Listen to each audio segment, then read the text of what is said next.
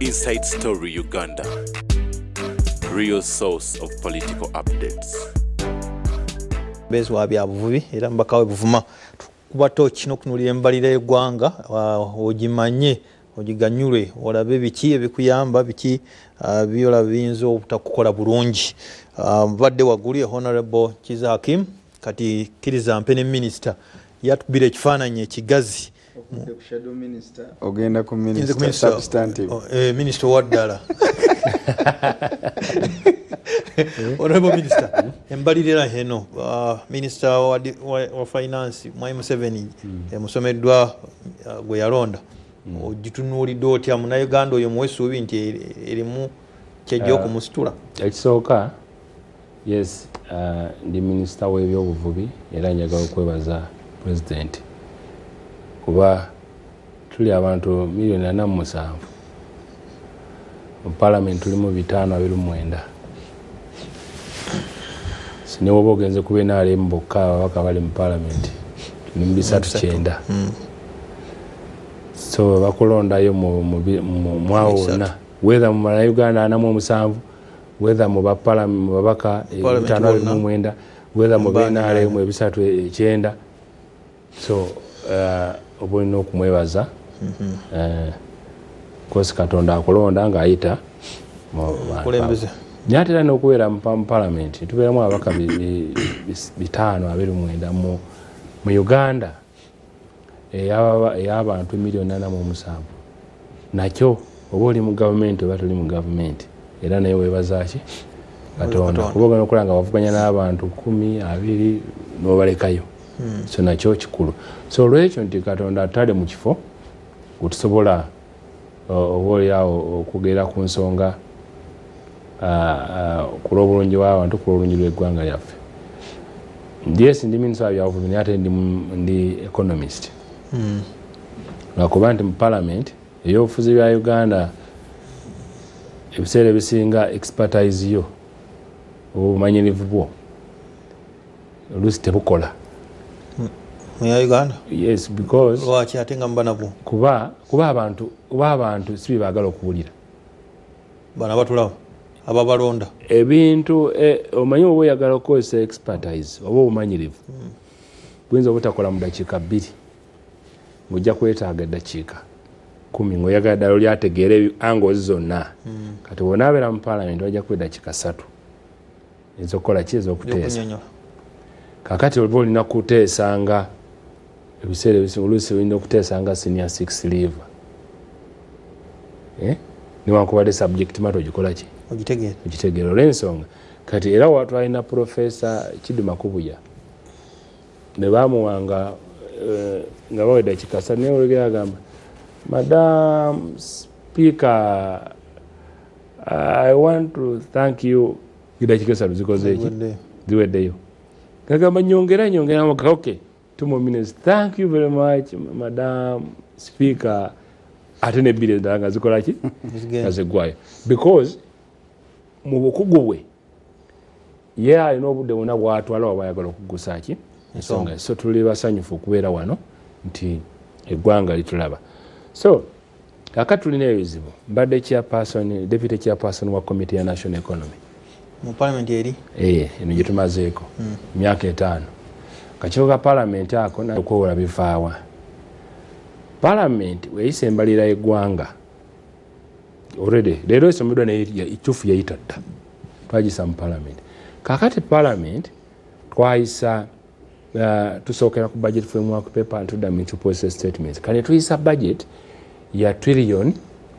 84 for example naye nga ku ezo tugaseeko nti ezigenda okuva mu musolo zijja kubeera $1 trillion 32 ziwadde 44 n'obuyingiramu awo kakati balance agenda kuvaawo kyekibuuzo naye ate Parliament eyisiza ki 84 naye tugenda kusolooza 44 kati awo ekizibu kitandikira ekizibu ekitandikira nti osalawo nti olugoye luno we luba lupande ndusala okusinziira tunge kooti yange okusinziira ku lupande lwenina bw'obeera nga gwe nga muntu oyinza okugaa nti ye kakati gavumenti zino zijja za bululu akalube katuuka mu campaign buli gavumenti epromisinga waliwo nootuuka nogamba nti pulezidenti twagala oluguudo luno bw'ojja bufuma luganda nti twagala feri naye ogenda pulezidenti wadde twagala feri tugifunye naye gomba leti temuli mu seed school leti temuli liti temuli nooli kati ogenda okwesanga nga obwetaavu bwaffe obw'abantu oluusi kubasinza n'okusinziira okuwa akalulu akyo naffe olaba ababaka abatalina baida mubaka talina budget naye tumaliza tusuubiza muwe ebisuubizo olina musaala naye nga tolinaki budget naawe n'osuubiza kakati era bwonnaffe nga bwe tubeera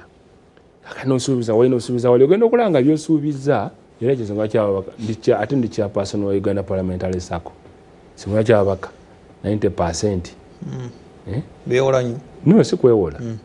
ababaka 90% tuli baavu mu abantu mwe bwe tukolamu emirimu tusinga tubeegombera bwereere because tulina ekitiibwa naye mutwavuwaza because bwe kyalo gy'obeera inginiya wafuna omusaala gwe gugwe na famire ye naye ogugwo ogwomubaka palamenti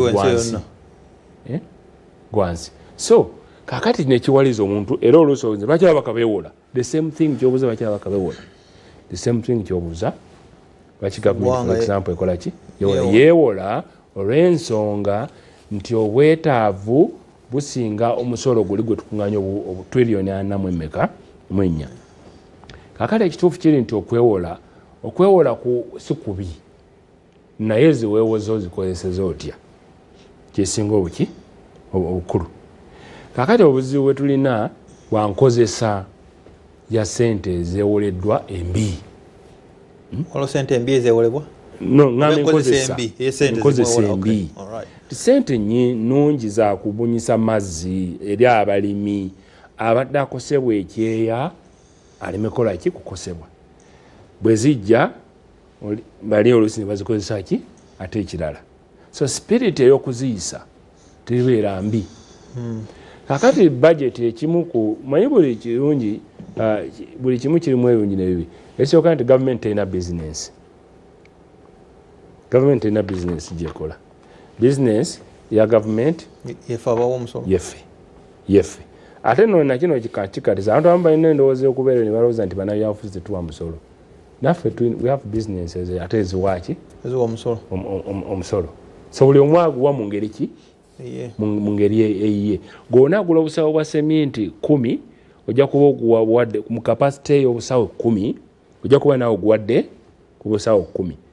owakamu olwo naye wanaagula obusawo nga nawe azimba nga alina kapasite okugula obusawo 200 olaba ekizimbe nga kigenda n'ogamba naye ate nga naye yawadde omusolo ate ogukubisaamu ogugwa emirundi 200 so naye kikulu so okuwa omusolo si kibi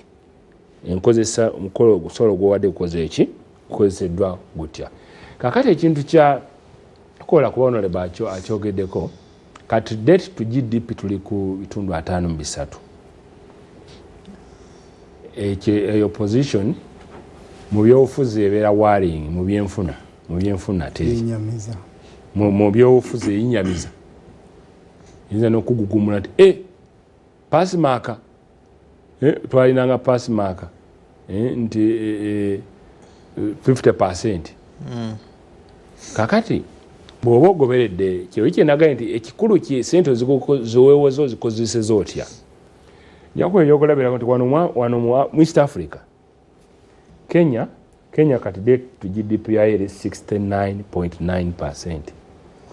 Bitundu 69 n'obutundu 9 ku 100. Rwanda bitundu 75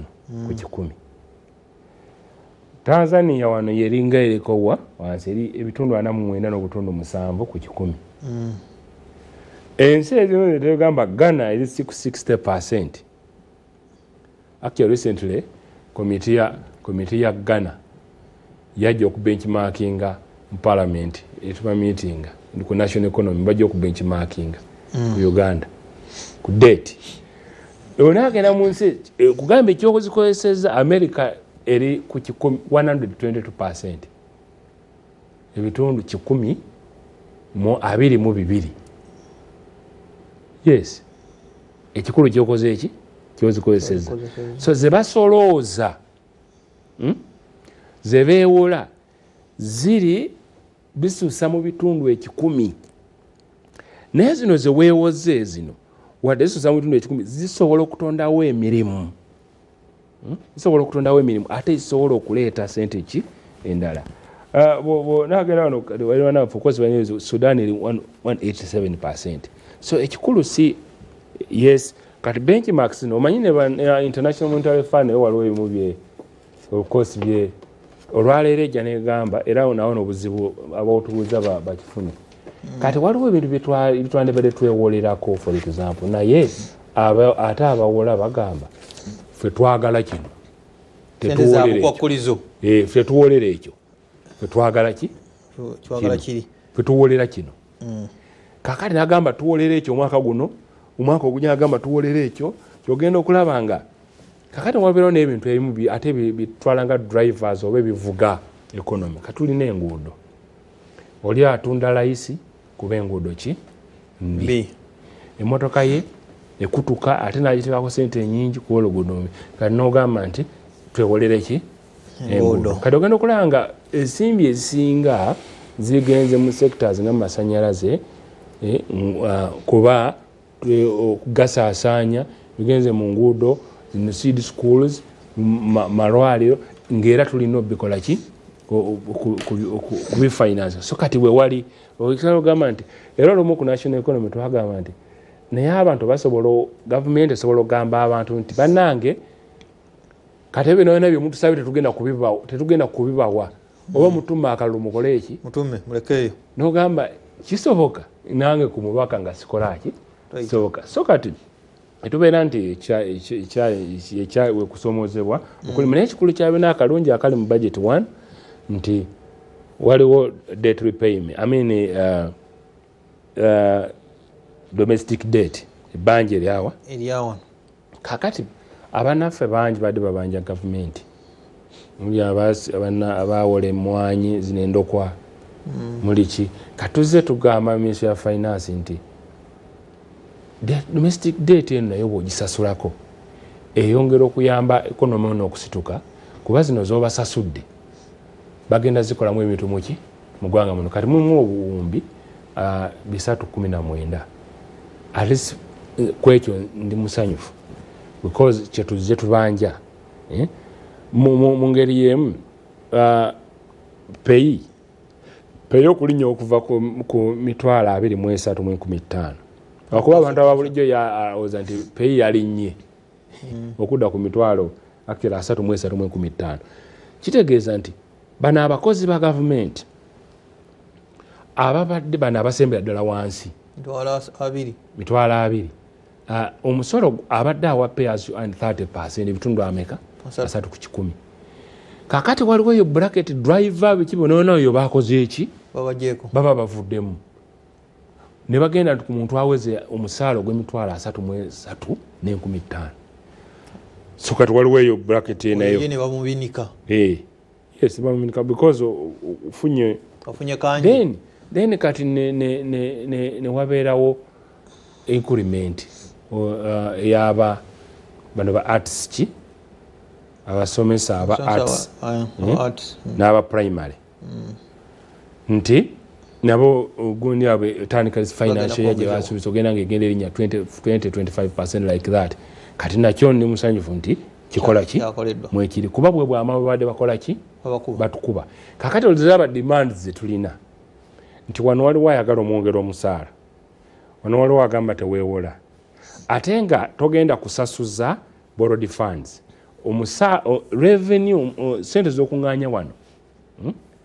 zokola ki zosasuza tokuŋŋaanya omisaala giri trillion 9 ne billion 7 misaala kuziri zokola ki kati olaba lwaki omuntu olina lwaki gavumenti yandyewoze lwa nsonga ki lwansonga kati honorable bwe mba mpulidde bulungi minisita Musasi alinga agambye nti twayisiza threshold ya lower middle income status netugenda ku high middle income status waliwo ababa batakyakuwola oba tokyasobola nakufuna concessional loan. kakati waliwo ekitagatta kyenjagala kirungi oli economist osologa economy yaffe yakula ebitundu bwe biti ku 100 minisita bawo ne president ne batukakasa ate njano otugamba date yaffe eri obu trillion 126 growth ya economy ne banja bikwatagana banja likula ate nga ne economy tugamba ekula. What mathematics is that? kakati era kibeera nga gwe obeera osobola okubeera nga bakubanja miliyoni 3 naye ate ku kibuga nga ate gwosinzaamu ebizimbe kati oba mugagga because kikiri kyaga nti ensimbi zo zeweewoza ozikozesa oti obutabeera na bbanja tekitegeeza nno oli bulungi nti atalina bbanja ye mugagga no actually abalina amabanja bebagagga because bankers balina bankable properties balina security nti atalina security ani agenda omukola ki omuwola bwogenda olwaliro mu banka noyingira nga banka esobola okuwola miliyoni oba 10 kitegeeza nti naye obugagga tekitegeeza kubeera nti cash ali awo kali mugaggawo assets zinazeewola nagenda nakola mortgage kakati kyeki ekyogambye nti kakati obuzibu nti obwavu embeera yateebwawo aba International Monetary Fund okupima obwavu naye oba obugagga of course naye eriko ebizibu ebyaki ebyayo tebaba babala bakwata ssente zonna zonna z'abantu ebyobugagga by'abantu byonna ne babigabanyaamu kati mwabo bwe bagase mulimu atalina yadde 10 kakati ate mulimu alina triliyoni kati obateeka mu kisalo ne bafuna average kati tetugenda kuyiyambala yaffe eyo economic wealth measuring obugagga oba gw'eggwanga kakati osobola okubalanga nga mu bugagga bw'eggwanga obabaze nga ate toliimu indirect bwe ng'olaba togwa namu olw'ensonga tolina kyoyingiza naye ate naawe atayingiza okoze ekinene nnyo okukendeeza eno yandibadde nga maybe obanga obugagga ng'oba bulinnya naye olw'okuba mulimu bano bangi abatafuna ne bakola ki waddukako rire oyinza okuba nga odduka nnyo emisinde naye nga olina bweweetaaga eno okukimako omanyi n'okudda emabega okuwa wakati oyinza omumaliriza nga n'okuyitako bakoze eki bakuyiseeko si lwakuba gwe tokola. Minister wa Shadow Cabinet wa East African Affairs nyina Honorable Robert Migade Ndugwa, State Minister Fisheries, MP Buvuma County ate chairperson Buganda Parliamentary Caucus, Mwami Sasekito tannalabikako kansubire anaatuuka wanawatatuusa ajja kuba siwavunaanyizibwa kuba tannandaga mutajja kujja. Njala kujjukiza aba State House and Corruption Unit bagambye okulwanyisa obulimi obw'enguzi n'obulyake buvunaanyizibwabwo nange gwe Munnayuganda tokkiriza bintu kugootaana ng'olina ky'osobola okukola. When you see something, say something. Wabaawo ky'olaba baako ky'oyogera bakwate abantu abo balyake kuba ku simu yaabwe ey'obwereere anytime saawa 2 balina call center recording emisango kuba ku 0800 202 500 0800 202 500. Oyinza n'okuweereza WhatsApp oba akamessage akampi ku 0782 202 500 ne wagiwako kati 0782 202 500. Ye State House and Corruption Unit yakulembera Brigadier General Henry Isoke. Honorable Kiza Hakim sawula tugendedde nga nkuwumula onagende wa minister ng'olina byewagala okwogera ku nkola ya parish development model. Minister ategeezezza nti abantu obukadde 4 omwezi guno gunaggwerako bajja kuba baakaganyulwa mulimu revolving capital wa trillions 4.4 emiruka mutwalo gwe mu 589 myaka 5 giganyiddwamu byansusu ne president akyogera lunye ensonga akyatulaga video ng'akola speeches n'atulaga yagula entemu n'embuzi ng'agaggawadde ekyo kiwakanya oba osaba bongeremu ssente. Okusookera ddala Uganda yensi erina projects ezisinga obulungi ne parish development model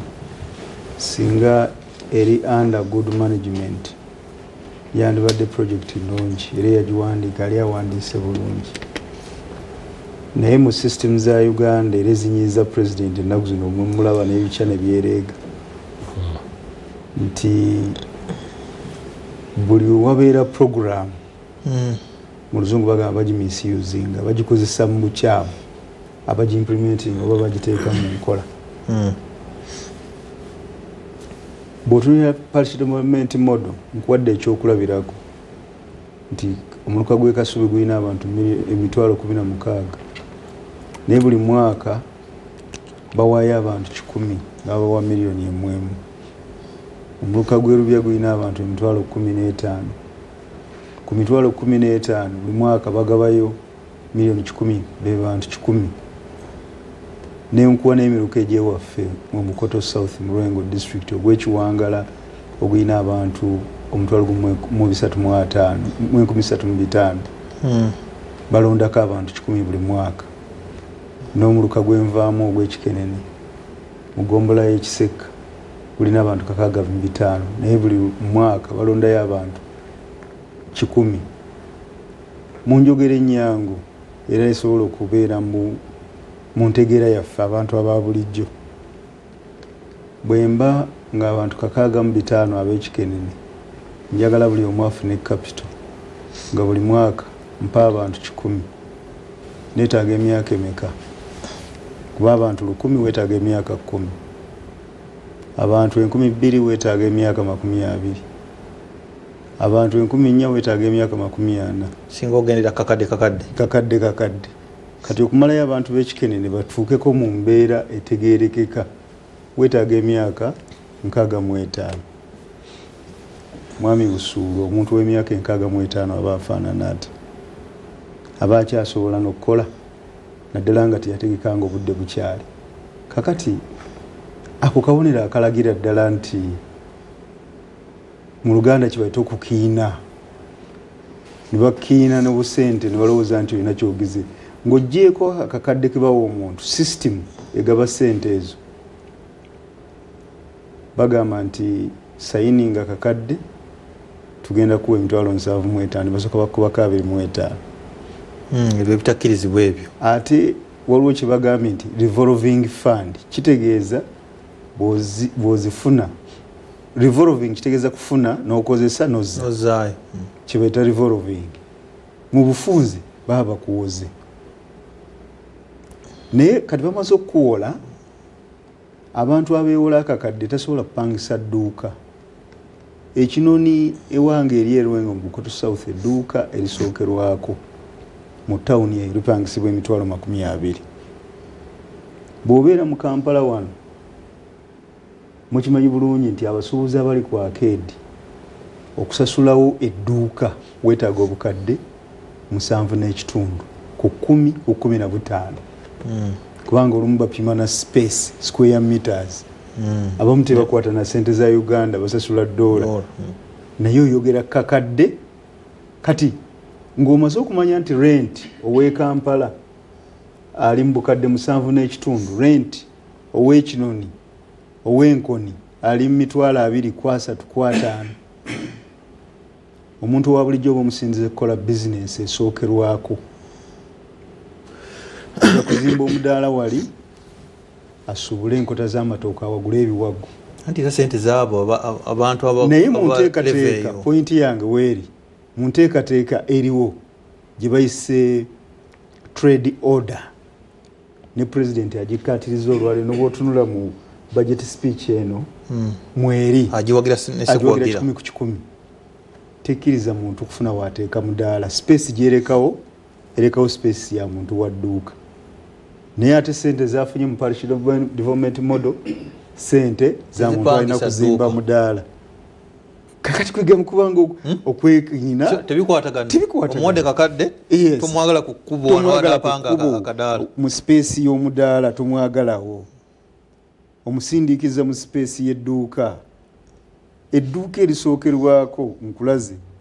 ewaffe ewasemba mu kyalo eri lya $20,000 ate tosasula 2 bakwata emyezi 3 ku 6 okitegeera abamu bayize n'enkola kugamba sasula mwaka mulamba naye omuwadde akakadde katya kamu kakati bwe ŋŋamba nti okiina omuntu ono ne projekiti ekiina bannayuganda osobola okwawukana nange naye onabakizaako emu abantu bano simanyi bwotera okulaba speech za president bano abawa testimony bebaliko ekikyamu ku heroes day nalaba omukazi erinnya lira lyagamba bana bakoza mutulagaawo ne bateekako nze nalina bampa kakaddaako nenzijyayo nenfunayo ba 95 nengulako embuzi emu nenzigula eyokubiri nengulako nennume 75 naye kati laba jjajja kintu kikoze bulungi nnyo abo bava Kenya. Nze ne program ne speech ezo nazikoyi kubanga buli kiseera bwe twali tulonda speaker ze speech zezimu bwe yajja ku state of the nation address speech zezimu olwaleero speech zezimu muka bakola nabo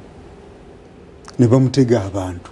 talina budde bunoonyereza kubanga ne state house yafuuka clearance agency bw'otunuulira abantu abagenzeko mu state house n'owuliriza emboozi ze banyumya okugenda okulaba pulezidenti osasula ssente naye yennyini yakyeyogerera kati mu nkola y'emu era omuntu eyandibadde anoonyereza owa iso owa ki abali mu CID bw'atuuka ku muntu ono asobola era omukwatirayo akasente ke kamu ne bagenda mu maaso n'okufera pulezidenti naye ebyo byonna ekimu ku kibireeta ye mukama waffe General Museveni butakkiriza nti ekitava kusengejjero kifuuka wankindo tuuka buli kintu bakikolera mu budde bwakyo myaka 40 oŋŋamba otya nti olemereddwa okulwanyisa enguzi olemereddwa okukola byonna ebintu ebyo nga tubyogerako nawulidde era mu ne mu budget speech olwaleero bakitaddemu nti emu ku nkola ezigenda okuyamba gavumenti okusevinga ssente yenkola y'okugyawo emikolo gya gavumenti emitongole gye bakola mu public holiday gyebafula public holidays kuŋŋaanya abantu tebakyaliwo Mwami Danstan busula kankubulire egyo emikolo tegina kijja affectinga ku byanfuna bya ggwanga bw'ogatta emikolo gyonna egikolebwa mu ggwanga mu mwaka ezo bayita public holiday zikonsuminga biliyoni 24 biliyoni 24 24 biliyoni naye ate IGG yatuwa report eyavaako IGG yavaako mukyala Betkamya ona Betkamya n'agamba buli mwaka sente ezibula ziri trillion 10 in every financial year Uganda eruzinga trillion 10 trillion 10 kitegeeza biliyoni mutwalo mulamba zezibula kati olemereddwa okunoonya zino trillion 10 biliyoni 10 atuyagala kusevinga za mikolo biliyoni 24 ffe tulaba nti kana akakodyo k'okugyawo emikolo si kusevinga sente za miwa musolo naye mukadde waffe akuze takyasobola kumaintaininga mikolo n'okukola byanjawulo takyasobola kubeera mu mikolo egyo ekyogamba lwakuba yakoye ate tayagala kudelegatinga kubanga ye ku kiyitibwa obuyinza takizanyiramu ye yalina okubeera omugenyi omukulu ku buli mukolo ogw'eggwanga bw'abanga amaanyi gamukeeyi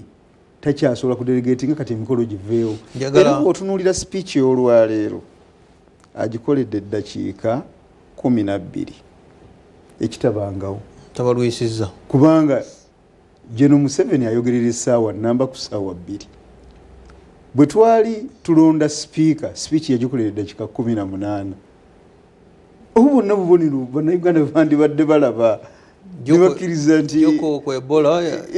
yakulunguludde eddakiika nga 3 kati eddakiika 3 ku speech omusajja ayogerera essaawa 2 kati ezo zonna sigino kati sigino wezibanga weziri bannayuganda balina kukola kintu kyekimu oli ensi atambudde nayo byafunye abifunye atuuse emyaka egikendeera obusobozi kati bannayuganda beefeeko nga bo nga sinagenda wa minisita njagala kuwa mawulire nti bwadde asoma budget minister ategeeza nti eddwaliro lya International Specialized Hospital Rubowa liri 75% complete December lijja kuba liwedde mubadde mulikubirako nnyo enduulu kerere naye temukisiima temukyogerako naye mbadde muvayo eddwaliro Rubowa kati nga Rubowa n'omukyala simanyi kati bw'oyogera ku ddwaliro otegeeza bya bulamu Mwami Danstan commend where it is due otegeeza bya bulamu bweribanga liri ku bitundu ebyo byayogedde lwaki ababaka ba palamenti nga bakola oversight roles zanenyeza ababaka mutebaagala kulondoola lwaki tebabawa access tebabakkiriza kuyingirayo tolabangako nga babakanyuga ebweru nga bagenze Lubowa ku ddwaliro lwaki tebabawa access ekyokubiri sitwagala tutunulira eddwaliro ly'e Lubowa kubanga siri ligenda okujjanjaba abewaffe e Buddu tulina Mulago e Masaka nze wange mu constituency yange mwe muli eddwaliro erya district referral hospital ery'Ekiwangala mpa ensonga kuba medical intern abadde bafuna akakadde nga tukimanyi bulungi nti ebitundu 65 abasawo bonna abajjanjaba abalwadde okwetoloola eggwanga lyonna mu malwaliro gavumenti ba medical intern omaze bajjako ssente tuli mu lutalo okulaba nga ssente ezo ziddawo bafuna akakadde katya kamu akakadde ako omusawo oyo kalina okusasulako renti wasula kubanga asobola okubanga bamuzaala Masaka ne bamugaba eggulu Muracho asobola okubanga bamuzaala Mbalala ne bamugaba Embaale agenda kupangisa enju esookerwako mu bibuga ebyo byonna eba ya mitwalo 10 kwalina okutambula transport kwalina okwambala kwalina okulya emmere kati nga tonnabagenda mu ddwaliro ly'e Lubowa kubanga n'abagenda oddigendamu babale omuntu wa bulijjo tagenda mu tajja kugendayo njagala mmalize ng'ogenda wa minisita nga tonnagenda ku ddwaliro ly'e Lubowa ffe bannayuganda aba bulijjo tugamba sookozeewo ssente z'aba medical intern kubanga be batulabirira mu bulwadde gwe noboona ogula eddagala mwami Danstan nga tolina musawo agenda kunkuba mpiso oba omaze biseera. Honorable Minister, enkola nga tunagenda ku Lubowa enkola ya PDM reality bamu ebituli taata wange yanyumiza koso lwaleero abamulaba alina amaato mangi yanyumiza nti baali basatu mu lyato limu lyabaweebwa buweebwa jjajja waffe naye nga buli omu alinamu obutimba 4 era nga mubagenda siba obutimba 9 bagenda babuteekayo buli omu alina ennamba ye era ogenda okulaba nga eyokuvuba anti eyo tugiyita namba butimba muteekayo nga bwonna busibe wamu naye nga bumanyi nti eno namba yange oli bwonna mubuteekayo mu mazzi obwona obusatu ne budda nga bulina ebyennyanja obwomu ng'ate obwoli tebukolaki tebulina ng'ate obwoli nabwo bulina oluusi nga buno bubadde ne wakati so kakati waliwo naye oli nakuzuza nti ate omwo ekyavaamu ono n'agenda n'akola eryato ddala n'amala n'akola eryokusatu n'amala n'akola eryokuna like that naye nga bavudde muki abantu bameka kakati tewabeerewo ssente ntono yogeranga munayogeranga economist tewali ssente ntono kuba bwe tuba tutambula eyo waliwo abakyala boolaba nga balina emidaala gy'ennyaanya nga tonagenda because we twogera ku PDM netomukwataganya ne trade order kati awo nakyo kiyinza otutomeza because PDM for example yaliwo ebigendwa byali biki birala kati ate order nakyo kiyinza kyokuba netusooka tunuulira nti PDM nti olwaleero waliwo abantu abajja nga baagala otwewolako 20,000 mukyala eri alina ka restaurant agala kugula fooko masuwaani wiki naye bizinesi ye agala bakasitoma nti esuwaani zo zikaddiye ekyo nakyo kimugyewo ne kimutwala atandika okulya mu kawoteri akalala waliwo alina akaduka era nagala nti oli waba alina akaduka mu kyalo eyo najja n'afuna akakadde nga tetunagenda mu bizibu byako nti waliwo abamu ate abafuna ensanvu eyo ebeera problemu ki endala oba mulimu enguzi eyo nayo ki kirala nogaa nti singa onaakwata n'agula ensawo ya sukaali n'agula ebokisi ya sabbuuni n'agula katoni y'omunnyo ng'alina akaduuka keyo mu kyalo n'agulamu ekidomola kya butto abamanyi ebyenfuna ebyomukakadde bikola ki bijaamu kakati n'atunda ensawo ya sukaali tebagenda gigula lunaku lumu najja n'akitunda n'amaliriza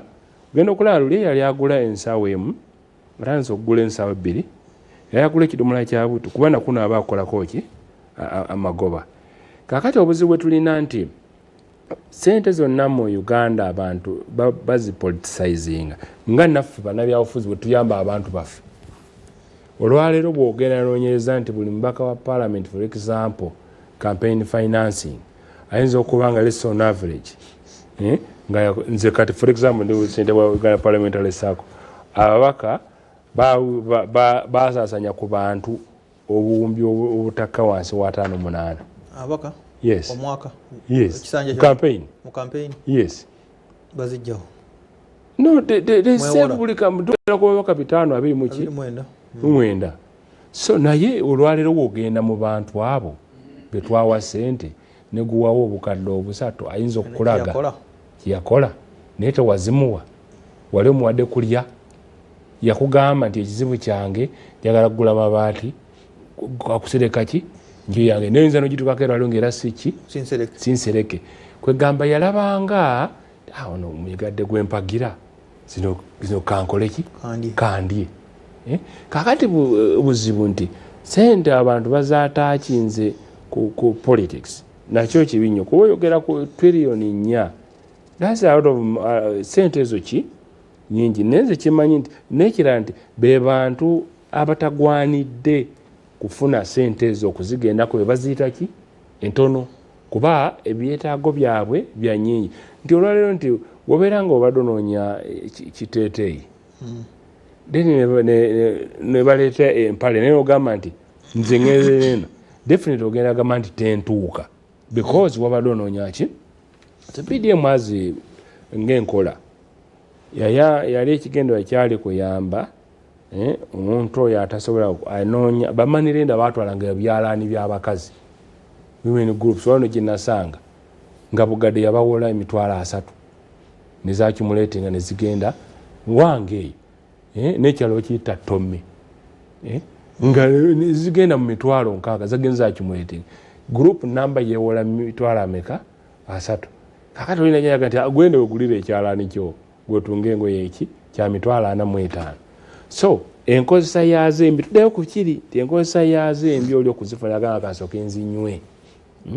kansooka ennywe za byabufuzi definitely amaliza takoze eki n'abamu babuli eno zaweerere n'ayiyawo ki project kyatakolangako oli awo okuba weziri n'ayiya ki project n'akola ki project nga ate kya $4 million ate ne bamuwaka ki akakadde nezitamuyamba so ng'enkola yo ki era mukulu sula tuwoza nti gavumenti zize zibeerawo zomanyi njagala nnyo okubeera principled NRM webanga baira wadde ndi minister naye wonaasanga nga waliwo ekyamu I can send that one si gavumenti zize zibeerawo ddi bwe baayita abantu nti genda kumuluka bakuwole naye neantu baalya sente z'entandikwa ne bazita buli balya sente waliwo bonna bagagawale obeeno n'abantu bafunanga endokwa ng'agambye awulidde bagaba emwanyi n'agamba nange njagala nagenda ateeka ku lubaalaza ate n'alemesa alina ennimiro zikola ki okuzifuna ezikola bwakabaka wano katikkiro asiba agenda agamba nti mwanyi terimba naye teriyo balina bisaalu nga byerere nga tebasobola kuteeka mu mwanyi nga bazigaba so akantu katonyo mpozi kenade njagala kugusa nti emikolo bwe gibeerayo emingi emikolo giri webadde factored in nja kubuuza ebyobufuzi bicontributinga ki ku ggwanga lyaffe Uganda era biki ebyo ebibasoomooza byosuubira okukola mu kisanja kino tandikira ku bya public functions obuzibu ensi ezimu zituliraanye linki yali Tanzania bwe baawera public functions it was Tanzania kati abaawano batandika okubanja kale olaba Tanzania yakoze eki yaweze kale ate wano webawera ana bamwedde ng'agamba kati busente bukyo obwo kakale njukira bwetwali nga tusoma bagamba nti bwonsaba sikuwa bw'otansaba simanyi okola ki oyagala ng'olaba omukodo ayagala kukola ki byonna either way akuteze nti bwogenda neno era sikuwa so kati ekikulu kya byonna nti sente oba mmeka sente oyogera ku $2.24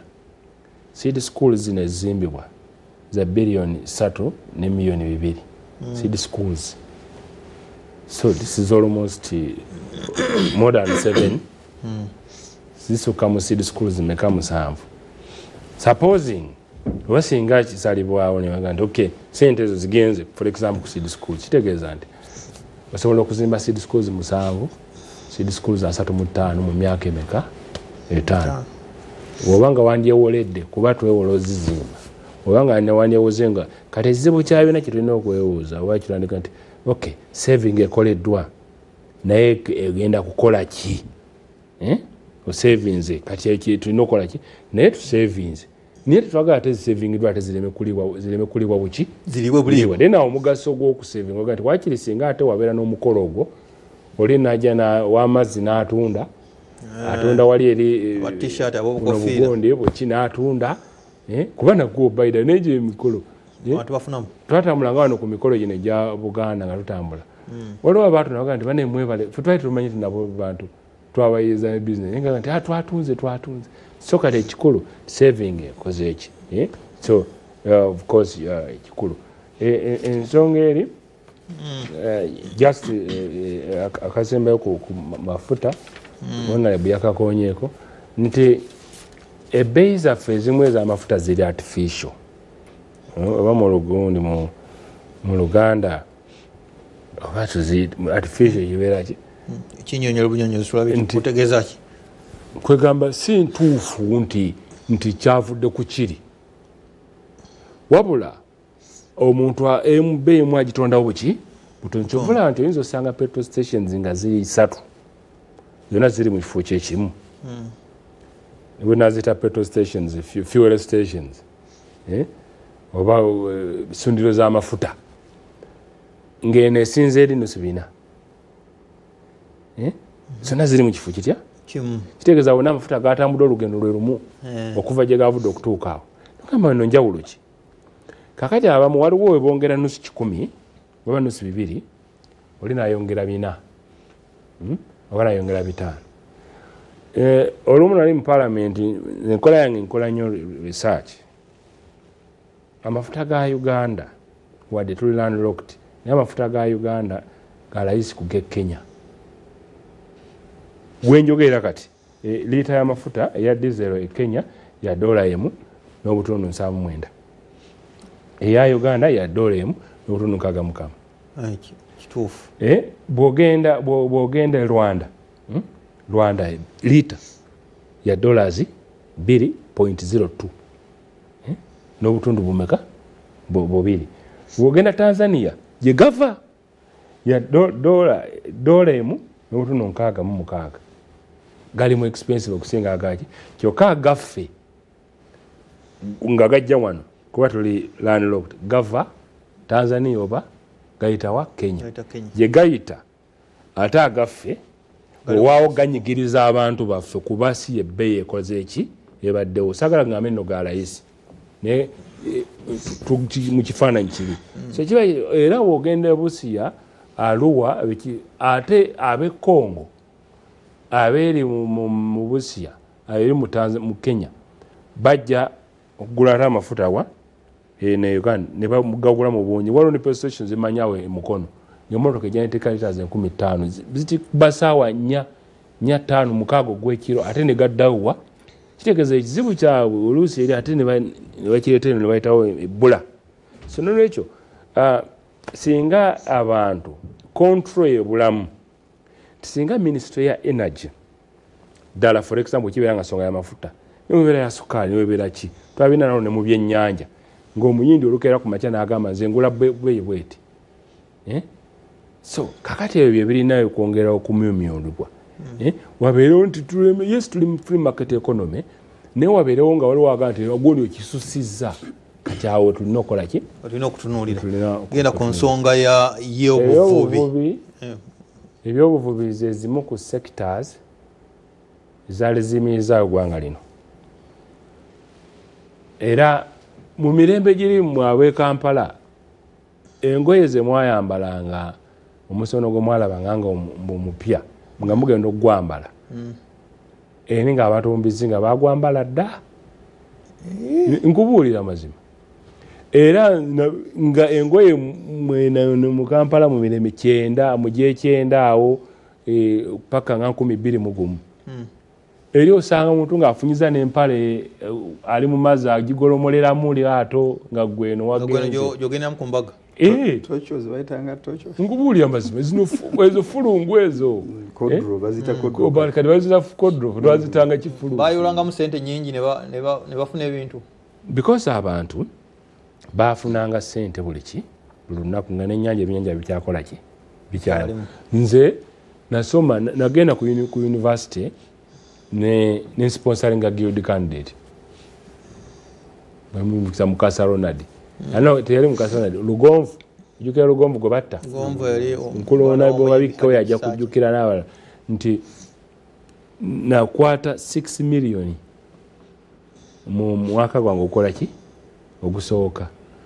sponsoringa ki my friend gwe nali nakola ki owagira naye eri bazimpa buwi bani aberi abavubi batya mu luwummula lwa senior 6 nagenda nempumulira ku bizinga nga nze nsasula abakozi kakati ng'olunaku bayinza ofuna emitwalo oba 41 kati woba wanga bagamba mwana w'omuze gwe omutwalo gusigaze bayinza ofuna emitwalo 3 mu 15 edde olunaku ezo 15 zinywemu ki soda so nga sinywa omwenge kati holiday yagenda okugwako nga nina 7 kati bwe nagenda ku university olwokuba nange bazimpa buwi ng'ate nalaba nkyale saazikwata zino nenzisponsoringa nga mmanyi bwe naddayo ojja kufuna enda era bajja kukola ki bajja kumpa nagenda okulaba luli abampanga omutwalo kutandise kumpa 5 ekivaamu nga basigala balance waabwe wa 10 wemamba sura the next day naloba lubala egiwasigaza 10 lwaffe nebitabuka ebikola ki so of course wabaddewo okukozesa okuvuba obwennyanja obuto okuleeta ebikozesebwa ebimenya amateeka bitundibwa wano mu Kampala ennyanja eyo ne wabuvuma kalangala biki ate ebijonona bitundibwa wa mu Kampala na Bugabwa so ennyanja ennyanja eno yaliko nga ye nnamba emu ng'esinga emmwanyi wano mu Uganda ng'esinga emmwanyi so neekwatibwa bubi olw'okuba n'omulimu obukoosi kyamukisa mubi nti abantu omulimu guno gukolebwa abantu abataasoma nnyo ekituufu nti obula mwatukolamu n'engero sente tuziryaki oza singa tezaaliwo bandikoze olugero olwo ezabangawo naye nga ziriwa kivubi zaaliwo kuba twalinga tumanyi nti kenfunye leero nenkyanja kukola ki so kati sekita yayononeka tuzze twogera mu palamenti amagye abantu buli omw ayagala okunoonya ensimbi naye n'owe Kampala ayagala ajja nakatimba kansiri ate minisitule ya health bwe yagaba ate bwali bugumu nga yeeka agenda okukola ki okuvubisa so kati ennyanja ebyennyanja nebikola ki nebikendera kakati osanga abavubi nga tebasobola kutwala abaana baabwe kuki ku masomero avuba obubi tafuna bw'aba nga afunye akolerera oluusi basirikale oba nguzi naye ate ekyomukisa omuntu bw'ova n'ogirwanyisa ate omuntu n'akaayana ng'ate olwanyisa oli ng'aye alaba nti ate mu nguzi mwafunira agiwa ayomba si ono gwe bagiwa agiwa njakuba ekyogerako olwaleero kati oba nawano oba wiiki ewedde oba wabakyazizaako wano ne kati waliwo ensonga za mukene puuta naki kati olaba iyo levo okulwanagana okwo kwonna kuzeewo lwa bbula lyaki lya byennyanja toli atandise n'okulaba ataali mulabe we yali munne nga ng'omulabe simpuli bikozi bonna balwanira ekintu ekitono so tuzze mu bukulembeze mu kaseera akazibu naye ekituufu nti ebizibu bino tubimanyi bizze tukola ki bizze tubeerawo twagala okuluŋŋamya kyetugenda osookerako twayise etteeka ly'ebyobuvubi 2022 honorable naye mu palamenti yali 2022 paka olwaleero regulation tezikolanga ki ogambye naliyo yakayingira 2022 netuyise etteeka eri kati olaba gavumenti wereeta etteeka okutereeza embeera eriwo ate nerimala emyaka paka leero nga regulation tezikolanga ki ziriyo tezifuna nga ne zinajja waliwo ate abafiirwamu abadde balya mu mbeera embi okubulawo eki regulations zino so tulina okufast tracking okulaba nti regulations zino ezinasalawo Mukene agenda vuba atya of course Mpuuta agenda vuba etya Wamaloba agenda vuba atya kyetulina okukanya nti nze nga minisita w'ebyobuvubi ate ava mu bizinga alabyeko ku bulungi bw'ennyanja n'aya ku byennyanja gwesikkanya naye ye muntu n'abalonzi bange bamanyi nti Migadde tawagira nvuba ki mbi kuba n'oyo akuwagira ogibeera mu mukwano gwo olw'ensonga akujjangamu bujja ki sente era agamba genda ovube bubi mpa $5,000 kyokka gwe ate osigaza gumu 5 gakoze eki lweziganya okuwera n'ogenda ne weewola olina okujjuzayo eziyakusalira kyokka kati twagala okuzzayo because enguzi gye tubali twogerako bintu bino ebisinga nguzi yereese eki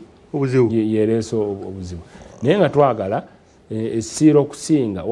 embooko zaaliwo nnyo abantu abamu ne bafa ffe twagala mulundi guno essira okusinga kuliteeka ku butale obutale nabana abaleeta ebikozesebwa ebimenya ki amateeka kuba oli aleeta konteina namba yonna nga yabimenya ki amateeka kakati omuntu waffe n'agenda okugula obusobozi butono n'afuna akakadde kaka PDM n'agenda n'agula kalaba lwaki ngula kino ekyebbeeyi nga waliwo kino ekyaki bino ebirala okulowooza bino nti kino kyengula kimenya amateeka bijja luvannyuma so kati twagala okulwanyiza oyo okulaba nti ebintu ebyo ate biri wano mu Kampala so obutale tukubiriza abantu kuba kijja kuba kibi nnyo polisi gye tujja okugunjaawo nti ebintu babimenya amateeka nga bikwatira twagala bigende ku polisi twagala bigende ku barracks twagala obukiiko obwalondeddwa buli kyalo bubyokera awo kuba webigenda eri bimenya amateeka ate obitutte kale n'obiguzaaki omulala oba oli n'amanya nti bimazeyo wiiki emu n'agamba munne lwaki tobinziriza ate n'akuwayaana n'owaayo kitegeeza obanga olumu baali bagema omanye ezo embwa ezaalinga ku nguudo waliwo abaagemanga embwa ezo nga bamala ozigema ate ne baziza ku ki ku luguudo nga waliwo bazikozesa ate okunoonya sente ki endala zireme okugira rabies zireme okuluma gye bamaze okugema bayigiza ku ki nga sinagenda wa Honorable Hakim bweyogera ku byennyanja ku buvubi obuvubi scope y'obuvubi eri etya kuvuba ku nnyanja abavubi ku nnyanja bokka bemusaako essira kubanga waliwo abalunzi nabaddeko Nairobi Kenya nga waliwo abantu balina pondi zaabwe era etteeka lyetwateekebwa Fisheries and Aquaculture Act nti fisheries bano abavubi aquaculture abalunzi baaki kati mu nsi ezaakula of course waliwo ebyennyanja bye batalunda tewali ensi buli wamu bagezezaako naye tebalunda mpuuta wild ebeera mu nnyanja eyagala kutambula kilomita ekigikukozesa okufuna omubiri okutambula kilomita oba nga 2 olunaku obudde bukyeri eno ne buzibanga eri Kenya ng'etuuse Kenya so kati etusobola naye ate yesinga okubeera ne commercial value kuki ku katale Mukene tebamulunda naye ngege bazikola ki bazirunda so nga tugaa nti okukendeeza ku pressure eyo kuba tugaa nti omuntu ono waba abadde nga muvubi president zoga nti bitwagala okusimbako essira nti waliwo entobazi yes basobola ziteekamu fish ponds ebidiba gurupu eyo nebeera neyo kati ffe kyetujja okulwana okulaba nti wabeera nga waliwo excavators omuntu oyo yandibadde agula obwennyanja n'emmere bw'anaateekamu n'ekyokusima kyuma tajja kusobola kukola mulimu ogwo kati mugambe nti kaba musimire yateekemu ki kale nja kuddewo Honorable Kizza Hakim Sawula olina amagezi go minisita ku doketi ye nga naye bw'ogenda okufaafagana ne East African Affairs okusookera ddala nga sinnaba kugenda ku nsonga ya minisita y'ebyobuvubi era siina nnyo experience mu buvubi saagala kufuuka ayogerera buli kimu minisita bw'abadde yeetooloola yonna mu nsonga zonna z'ayogedde afundikira ayogera ku nguzi kituufu waliwo abajulia naye obunafu obw'okumalawo enguzi buli mu gavumenti ye era butandikira ku mukama we buli mu ffenna butandikira ku mukama we butandikira ku mukama we president Yes. ali enguzi sigamba nti ali enguzi naye ate naye tumukweringa ku nsonga ezimu y'omu ku nsonga lwaki weeri butereevu kubanga obuyinza bwonna bulina naawe bw'otalina alina ne kibayita executive powers ezisobola okusalawo ekiragiro kyo lifuuka tteeka si bwe kiri ekiragiro kya president mu constitution lifuuka ki era etteeka weeri lifuuka tteeka njagala kuwa ekyokulabirako sente zino ezizze zigabibwa nga bwezozoogerako entandikwa ezizze zikyukakyuka youth livelihood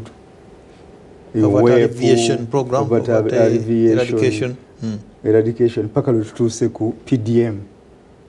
wealth creation byonna lwaki sente zibulira eyo ekyokulabirako ekyangu kiri wano mu Buganda oliwuliddeko ku kibayita pewosa pewosa nange ndi memba wa omwezi guli mu lubiri gugenda mu maaso ndi mu groups nga 6 zensevingiramu era bwe nali mu kalulu awo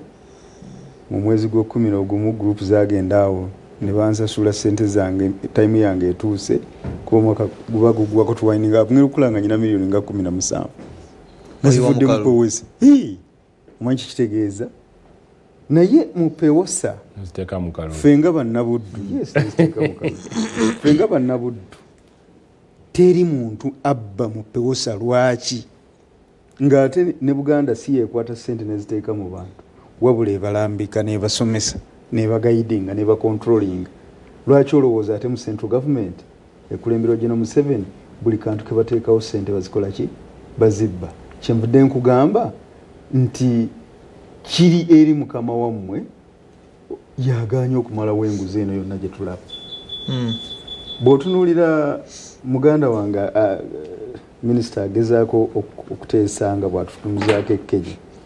alina bagenze n'agamba twade tuli ku nsonga ya debt burden oba amabanja g'ensi yonna n'ayagala okutulaga nti ebbanja ly'e Kenya lisinga erya Uganda ngenza okutunula wano nga ebbanja lya Kenya mu sente za Uganda liri ku trillion 48 bangamba kale katuweddeko honorable trillion 48 debt kwata mu 3 yabadde threshold netwogera ku bbanja libangibwa ensi Kenya ebangibwa trillion 48 eza Uganda ebangibwa trillion 35 kikituufu kyekiriwo tunabyogerako bagaye musolo bulungi tunabakomyawo njagala kumaliriza nga nzikiriza abantu bano badde bali balaba kitange yenyini mwali Muhammad Kabubi bangambye mwanyinaze Safina ngambye atudde mu ddiiro mwami Salimu Ekaganda kansala Kate Kirabo ne Ivan Desire ne Ivan Suna mwena mbalamusiza nnyo batukawenja timu Kizaaki mu Bukoto South bebale nnyo abagambi musolo bulungi minisita muyange bannaffe abaddeko manyi banavuma bangi kwe bali tubasaba atera musigale ku BBS temubeerako lwakuba kwetuli eno tuba tugobere programs zonna amina abavubi mutwongere okuteereza ennyanja nga mundenza obukiiko obwo eno BBS telefina gyosanze okubaako gyosaanye okubaako erinnya nze Stephen Dunstan Busuula Junior Saalongo akwagaliza byonjagaliza ndi muzzukulu na mwami Bwamako akugamba nti ensi yakola si yakuleekaana olunaku za mwezi 11 omwezi gwa 6 Juni omwaka 2026 gwa mukama waffe nkusaasira afunye okusoomoozebwa okwenjawulo afunye ebirungi mukama waffe yeebazibwe nnyo nga bulijjo nkubiriza bw'oba okozesa ekkubo oba ovuga ekidduka ow'ekitiibwa abo abatalina bidduka batambulira ku bigere ate ne bagoba bonna banno ab'ebidduka bawe ekitiibwa tovuga ngo onyudde ebitamiiza tovuga ndiima toyogerera ku simu oba okutekisitinga toyisiza otalina kuyisiza bweba wanuwe giwa ekitiibwa tukasuka bintu kuva mu motoka ng'otambula ku kkubo senga tukola ebyo tujja kutambula nga tuli bulungi ate nenkubiriza okusimba emiti to keep green maintain green so okuma obutonde bwaffe obw'ensi Nakulwa leero njagala kutegeeza twagenda kubaganya ebirowoozo ku mbalirira y'eggwanga mwaka 2026-2027 gw'ebyensimbi eyafulumiziddwa oba esomeddwa olunaku olwaleero yakolebwa dda leero guba mukolo gwa kusoma naye nga puroguramu eno kutuusibwako aba St Francis School of Health Sciences bano nno ly'ettendekero ly'oteekeddwa okutwalamu omwana wo batendeka abaana ku mitendera gya certificate wamu ne diploma mu masomo ago g'ebyobulamu n'okujjanjaba omuli nursing and midwifery, omuli clinical medicine, omuli pharmacy, medical laboratory n'amasomo amalala mangi. Interview genda ku ttendekero lino liri Namataba kiri luddawa okutuuka Mukono mu town. Then awo ojja kutambulawo kilomita 5 zokka okuva mu town y'Omukono naye okumanya ebisingawo kwata essimu oba pen wandiika 0772 3 92 68 0772 3 92 68 endala 0753 3 92 68 njiddamu 0753 3092 68. Embalirira y'eggwanga esomeddwa gye ngenda okutunuzaamu naye kansooke nkwaniriza omugenyi wange yakatuuka nga sinaba kumenyeramenyeramu bye tugenda kubaganyako ebirowoozo ye Honorable Kizza Hakim Saula ono omubaka wa Parliament wa Bukoto South ava eri mu Buddu wa kibiina kya NUP ate era nga ye Minister ow'ensonga za East African Affairs mu gavumenti ya Shadow erindiridde. Honorable Hakim sebo nkwaniriza era nkuyozaayoza okulondebwa akuba kuva lwo wawangula akalulu mbadde sikusinkanangako okulondebwa ate n'olangirirwa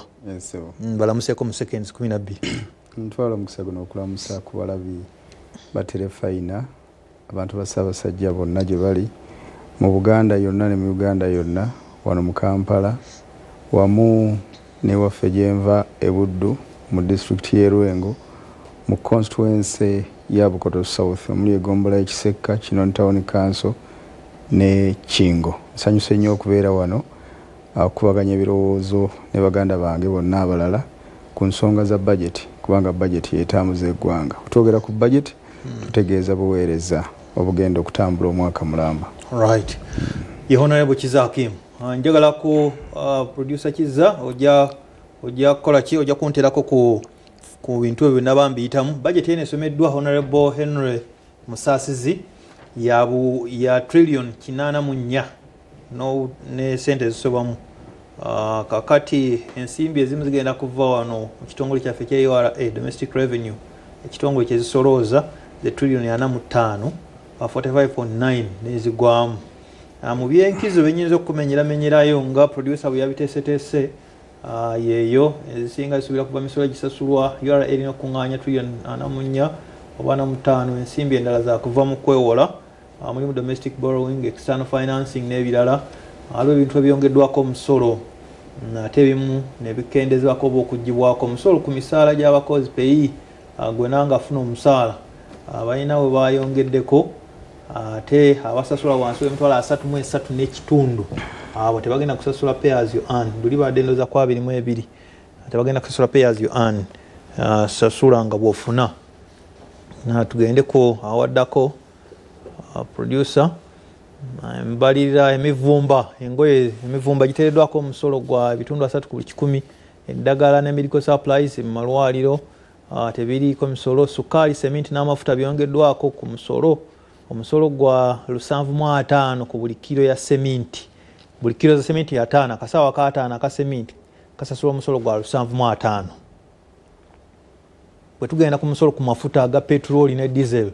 kwongeddwako siringisi 2 buli liita eriko 2 buli gwena nti era 13 2 bigendako. Buli kilo ya sukaali eteereddwako omusolo gwa siringisi 3. Ompulira bulungi. Kakati mbirala waliwo bwogenda ku 144 ku budget speech ebyokunywa namba 2 awo excise duty ku bintu nga bino ku byokunywa bitamiiza nga Uganda Waragi, Black Label, Cognac n'amarula kuva ku 17 okutuuka ku 35 buli liita. Abagenda kujjamu obuwumbi bw'ensimbi za Uganda 85 motorcycles, pikipiki at first registration okuva ku mitwalo 2 okutuuka ku mitwalo 5 obuwumbi 26 bwe busuubirwamu siyinza bimalayo naye kakati okuwa ekifaananyi ekirala obuwumbi 665 babutadde mu kitongole ekiramuzi judiciary okwongera ku access to justice. Eddwaliro International Specialized Hospital Lubowa batutegeezezza nti liri ku bitundu 75 okuggwa era December 2027 lijja kuba limaze okuggwa kugibwako engalo. Transport infrastructure ebyanguudo leerwe n'ebirala bataddemu trillion 8 n'ezisobamu. Bw'ogenda ku byobulambuzi bataddemu obuwumbi 567 n'obukadde 3 n'ezisobamu. Bw'ogenda ku agro industrialization mu research n'ebigwa mu kkowa eryo by'obulimi irrigation agro-processing extension trillion 2.26 trillion. PDM bategeezezza nti ekola bulungi myaka 5 yakagenda mu trillion 4.4 ku miruka omutwalo 1589 era ng'abantu bukadde 4 bwe tunaatuukira mu mwezi guno nga guweddeko bajja okuba nga bakaganyulwa mu PDM. Ebbanja lya Uganda nga as of December 2025 tubangibwa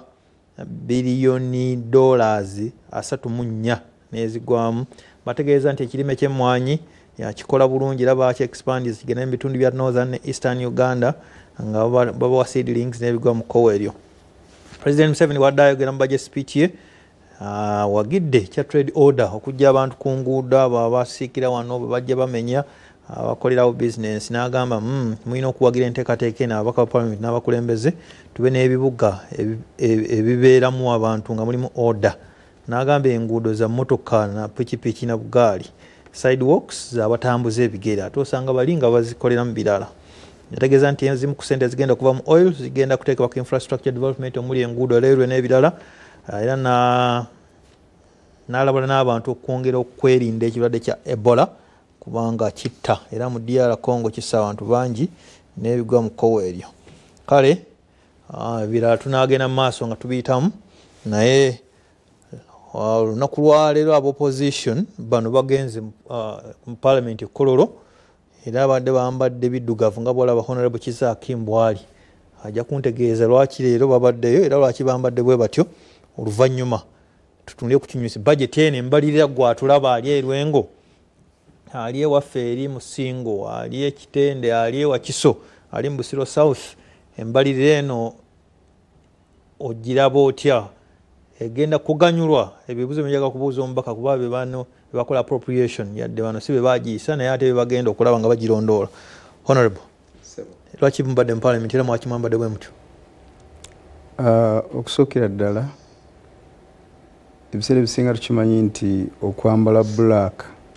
ebiseera ebisinga abajambala babeera mu mbeera ya nnaku kungobaga era wootunula mu Uganda wano naddala mu maziika ag'abantu aba bulijjo tebakifaako nnyo naye amaziika ge bayita ag'ekikungu aba balowoozebwa nti balinamu ku ssente n'ebitiibwa bambala black oba bambala biddugavu era ntera okubalaba nga n'aba funeral service byebyambalo bye bambadde. Naffe twasazeewo obutali bumativu obugenda mu maaso mu ggwanga nti sitwagala balowooze ntitugenda kusituka tubuukebuuke tukanyuga amayinja twekalakaase ne tusalawo okwekalakaasa mu mirembe nga ffenna twambadde ebiddugavu. Buli awulira nti anyigirizibwa mu Uganda muno embeera eriwo temusanyusa. Bannaffe bangi bannabyabufuzi bali mu makomera tebaleetebwa mu kooti n'abaleetebwa mu kooti tebaweebwa bail ate n'emisango tegiwozesebwa. Tunula ku Dr. Kizza Besigye ebigenda mu maaso okusaidie, tunuulira aba Sam Mugumi abatalabikako, tunuulira aba Machete bamukwata 221 ng'okulonda kugenda mu maaso n'okulonda tukuzzeemu tavangayo. Ba Edi Mutwe bali mu kkomera, ba Akireewo, ba Waiswa Mufumbira n'abalala bangi nnyo. Kale ntulowooza nti kano kabonero katuufu nga tebalowoozeza nti tujja kujjako abaledde embere yaabwe neffe twolese ensi eri kye tuwulira nti ebigenda mu maaso mu ggwanga tuli basanyufu nabyo. So y'ensonga lwaki twayambadde bwe tutyo buli yalowoozezza nti alumibwa ebigenda mu maaso mu ggwanga. In fact nga tulina n'omubaka wa parliament Mulamba newankubadde bamutadde ku ssaawa eno wetwogere tubeeredde kololo bamutadde naye ndowooza kyavudde ku pressure leader of opposition gye yataddewo mu lutuula lwa paalamenti olwatudde so yensonga lwaki twayambadde bwe tutyo musuubira obubaka bwamu mu butuusi gye bulina okugenda singa tebutuuse wandibadde tukikubaganyaako birowoozo era tewandikimbuuzizza naye kabonero akalabika era yensonga lwaki ombuuzizza bw'otulina ku social media era abantu babuuza lwaki bayambadde black buli babuuza ekibuuzo lwaki nga bw'okimbuuzizza nga tubawa answer eba egenzi era abafiringa concerned nabo basobola okwegatta ku nsonga eyo mu ngeri emu oba endala embalirira eggwanga biki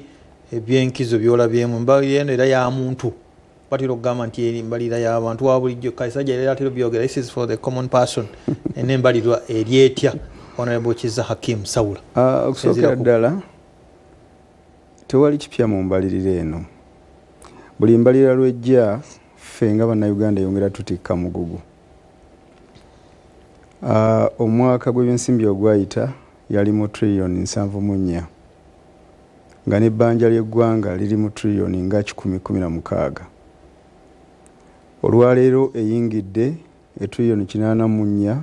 n'obutundu 3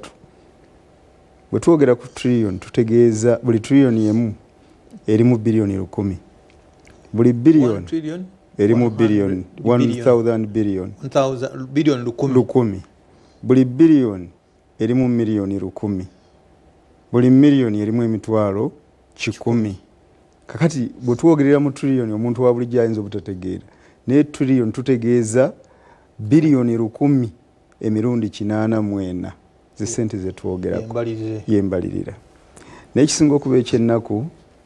nti sente z'olina mu mbalirira y'eggwanga y'omwaka omulamba ate kyenkana zikubisaamu emirundi 2 ebbanja ly'olina eribanjibwa eggwanga kuba wetwogerera olwaleero olunaku lw'eggulo Minister of Finance ng'azze mu Parliament Henry Musasizi nga bagezaako okukusa okuyisa okwewola okuwerera ddala biliyoni nga 7.4 oba 3.5 yatugambye nti debt burden sente zibanjibwa Uganda ziri trillion 116 naye nze nadde nkimanyi bulungi okusinziira ku records ne statistics eza UBOS ekitongole eky'ebibalo mu Uganda nti batubanja trillion 135 olwaleero aza shiftinze goals eggulo yagambye trillion 116 olwaleero yagambye 126 tayina standard figure gyayimirirako n'agamba naye ffe tukimanyi nti eggwanga balibanja trillion 135 naye nga budget ey'olwaleero egenda okukola omwaka gw'ebyensimbi ogutandika 2026-2027 ya trillion 84 ebbanja lisinga budget ng'ogyeko ekyo sente zetugenda okukozesa zetutadde mu mbalirira y'eggwanga ffe zetusobola okuraisinga nga bannayuganda ziri trillion 45 dira trillion 84 oyawuleko trillion 45 ezisigadde awo kye bayita deficit nti zibeera mu negative because budget bagikola nga ina either okubeera a surplus budget nga sente zemulina zisuse ne bimwagala okukola kye bayita surplus deficit kwe kubanga sente zoyagala okukozesa zotadde mu mbalirira y'eggwanga teziwera zolina teziwera zoyagala kukozesa kati sente ziri awo wakati ze bayita deficit kati n'olwensonga eyo tetusobola kulowooza nti budget eri mu deficit nga muyina ne debt burden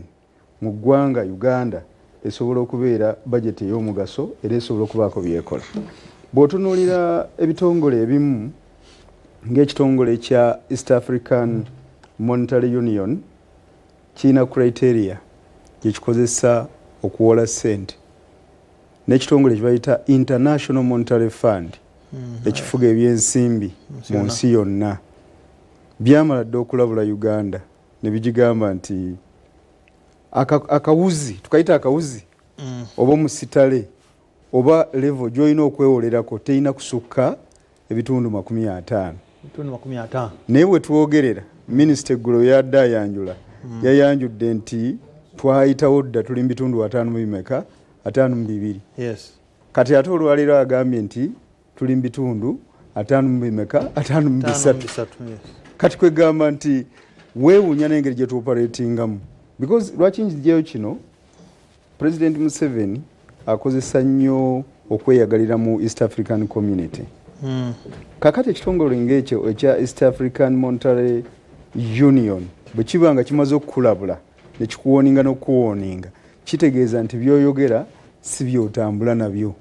oli mu lugendo lulala nnyo gaapu nnene nnyo so n'olw'ensonga eyo nga situnaba kugenda mu details kukwata ku kiki gavumenti kyetegese okukola mu mbalirira eddako mbadde ndowooza nti ebintu ebyo bibadde bikulu nnyo okubihighlightinga tubijjeyo tutandike okwogera ku kintu sekinoomu nga tulaba nti ekyateekeddwa mu mbalirira kisobola okuba nga kigenda okugasa bannayuganda bw'otunuulira osomye nnyo ku misolo egyayongezeddwa eri bannayuganda mu bintu ebyenjawulo era bw'ogenda obitunulako biyinza okwennyamiza okusookera ddala kibayise peyi nti bayongezezza lindakawo katono honorable so kenyalirize honorable minister banansi bategeere nti naye atuuse dda ate chairman wa kokasi yammwe njala kwaniriza omubaka w'ebuvuma eri ku bizinga ate nga mbalingana minister yamaze okulayira minister omujjuvu omubeezi w'ebyobuvubi honorable Robert Migadde Ndugwa era ssentebe wa kabondo k'ababaka ba parliament abava mu bitundu bya Buganda honorable nkwaniriza njagala okutwala omukisa guno wano okulamusa ku batulaba ku radio ku BBS era fine yaffe naye ate mugere enjawulo abagiraba nga basinzire Buvuma ate wamu ne muganda wange langi zezitera otwawula naye obwongo bulina okuba nga bukola yes kyekisinga obuki kisinga obukulu yes so nolwekyo njagala okusaasira abafunye ebizibu ebyenjawulo naddala abanyigirizibwa mu byenfuna bwetunulira gundi olutalo lwazeemu ate Middle East so atusabe nti Mukama ajja kwanukula ekyo nakyo kijja kukya amen atulaba yo minister wa NRM honorable Kizakim wa NUP botusangidde nga tuli mu kubatoki mu mbalire esomeddwa leero era tujja kufunayo akadde tunule ku nsonga doketi gye bakwasizza etambula etya biki by'osuubira okukola ebaddemu ebizibu bingi emabegakaawo ndi president kimuwaliriza okujjayo ab'amagye okukyusakyusa obukulembeze onootubuulira naye honorable Hakim obadde oli ku peyi obadde otuuse ku nsimbi ze batutaddeko ffe nga sinnaba kugenda awo nange njala kwaniriza chairman wange wa Buganda Caucus twakkiriziganya ffenna nga ababaka abava mu Buganda tubeere n'obukulembeze bumu era ne tukkaanya ne mu kulonda olukiiko olwo situasika muguwa bafuna chairman nga wa National Resistance Movement ate ne tufuna omumyuka Honorable Sekabira nga wa National Unity Platform so awo twagatta tutambula bulungi ate era Honorable Migadde ono atera okuba okulaba ensonga n'azoogera bulungi ng'ekitambo kiri ekya yero kimala ne kirinnya mugoberera mu kolumu ensonga azaatula bulungi era ndowooza ku lw'eddoboozi eryo ery'abavubi eryabadde ajjayo obulungi liyinza okuba nga lyamuyambye kinene nnyo omukulu okumulaba n'agamba ndowooza omusajja ono bwe musembeza okumpi ayinza okubaako byannyamba so kibadde kikulu nnyo naye okutandikira ku pointi yennyini gyayogeddeko eya olutalo olwazzeemu tera okulira wano ku BBS ne ku CBS naddala Dr. Kazibwe ng'akozesa nnyo ekigambo akagolomolo State of Hormuz olutalo nga luzzeemu ate n'otunuulira n'omusolo gwe bongedde ku mafuta kubanga buli liita y'amafuta ya petro bagyongeddeko nnusu 2 ez'omusolo zibadde 155 buli liita y'amafuta eya diesel bagyongeddeko nnusu 2 etuuse ndowooza mu nnusu 135 omusolo kitegeeza bw'onywa liita 10 eza diesel oba omaze okusasula omusolo gwa nnusu 1,000 13,500 si lwe 13,500 oba omaze okugusasula. So kakati nawuliriza ku mawulire ku CBS ku makya yadde programu ya Kawenja nga boogera bebukoma nsimbi eyo liita y'amafuta ng'etuuse ku nusu kenda nga tebannaba kubanga eno budget tenabira implemented etandika okukola nga lumu July. Kati weneetuukira okukola nga lumu July simanyi liita y'amafuta egenda kutuuka mu ssente mmeka. Naye bw'otunulira omusolo mu kifaananyi ekigazi, otunulira amafuta mu kifaananyi ekigazi, yimu ku backbone ezitambuza eggwanga. Okujja wano ku CBS ku BBS n'okuddayo gye ndaga n'anaagenda e Buvuma Honorable Migadde nange ogenda e Bukoto South gye nkiikirira kitegeeza neetaaga amafuta bwe mbadde nvuga ga mitwalo 35 oba 5 amagenda n'amadda ngenda kwetaaga amafuta ga kakadde. Kati simanyi abantu b'e Bukoto South banandabako emirundi emeka okumpa ebirowoozo byabwe. Bw'otunuulira ewaffe tuli balimi ba mmwanyi, emmwanyi zitambulira mu mmoloka ezo ennene, Fuso, trailer. Kati trailer enywa diesel. In fact kati diesel asinga ne petrol. Kati simanyi sente mmeka trailer etisse emmwanyi ezaakase zeetaaga amafuta geetaaga okuvuga okutuuka e Kampala, kubanga bw'oba oyagala okukola kye bayita export, okufulumya ekyamaguzi kyonna mu Uganda, tulina ekisaawe eki kimu ekyennyonyi kiri Ntebe. Bw'oba togenze Entebbe ate olina okweyambisa okuyita ogende Kenya, ogende either e Mombasa ku mwalo ekyamaguzi kitambulire ku Semayanja nga batambulira mu mmeeri ez'ennene. So kati kwegamba bw'oba onoovuga emmwanyi ozitwale e Mombasa, okuva wano ogenda e Mombasa ndoza ziri kilomita nga 1,300 n'ezigwamu okuva wano okutuuka e Mombasa. Kati simanyi oba weetaaga amafuta genkana ki. Kwegamba nti buli kyonna ekitutuukako wano bulabe bwereere. Byogera byaki kagolomoloke kabireese anti oba tebanjogeddeko omusolo kyogamba omunale mu Migadde kyayogedde nange nenjagala ndaga omuntu wa bulijjo budget bwegenda okwongera munyigiriza nti tuyina already factors zitayinako control ez'olutalo ezayongedde bbeeyi, naye ate naffe wetuli wano wetulina control ku mafuta ate era parliament eye-11 ebaddemu Honorable Migadde yayongeddeko ki omusolo, ate ne gavumenti eyandibadde eyamba wetwogerera akatale yakalesse keetaaya. Kyovudde olaba nti oyinza okusanga wano Emmengo wooli nga liitegula nusu kasanvu, n'ogende Bukoma Nsimbi nga liitegula nusu kenda. Tewali control. Kwega nti lyajona muntu waki muntu wa bulijjo. Kyovudde omubuuza nti budget ya muntu wa bulijjo oba si muntu wa bulijjo. Nkujjidde ekyo kyokka nti omusolo gw'oyongedde ku liita automatically gumaze okusitula ebbeeyi y'amafuta. Ebbeeyi y'amafuta emaze okusaanyaawo ebintu byonna. Bwe mba ndi mulimi ennaku zino olabye ffe abalimye kasooli agaanye okukula olwa enkuba okukya nga bukyali. Abasobola okulima kasooli basobola kumulima nga bafukirira kye bayita irrigation. Bw'oba oyagala okufukirira ffe abalimi oyina kugula pampu oba n'ogula generator. Pampu oba generator bw'oba toyina masannyalaze mu kyalo nti onoonyiga switch, bameka abayina ennimiro eziriko amasannyalaze, oyina kugula amafuta n'oteeka mu generator n'olyoka opampinga amafuta amazzi ne gagenda mu nnimiro yo. Kwegamba nti bw'okwata ku mafuta oba omaze okusaanyaawo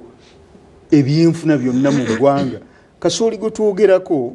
njagala nnyo ogaziya debate yena abantu balabe effect obulumi oba okunyigirizibwa kugenda okubeera. Amasomero nga gazeemu okusoma, emmere esinga okukozesebwa abeera kasooli. Abalunzi b'enkoko emmere esinga okukozesebwa kasooli. Abalunzi b'ente bakozesa kasooli. Abakola omwenge ogumu ebimu ku bye bakozesa kasooli. Naye ate genza okulaba nga n'omwenge bagutaddeko ki bagutaddeko omusolo ate era omuyitirivu. Kati kwegamba nti bajeti eno bagiyita nattabula, teyina kyegenda kugasa bannayuganda wabula okusinga okubanyigiriza obunyigiriza. mu kifaananyi ekigazi olaba egenda kunyigiriza okusinga mu kifaananyi ekigazi egenda kunyigiriza okusinga okuyamba. Lwaki? Nti omukulembeze ow'oku ntikko atwala eggwanga General Museveni akuweesa kkono n'akuggisaako ddyo. Wano akugamba nti ndeese miliyoni namba buli muntu mu muluka gwalimu parish development model. Era nezigenda bw'amaliriza sente n'oziteeka nazikugirako mu mafuta. Bw'amaliriza sente n'azikugirako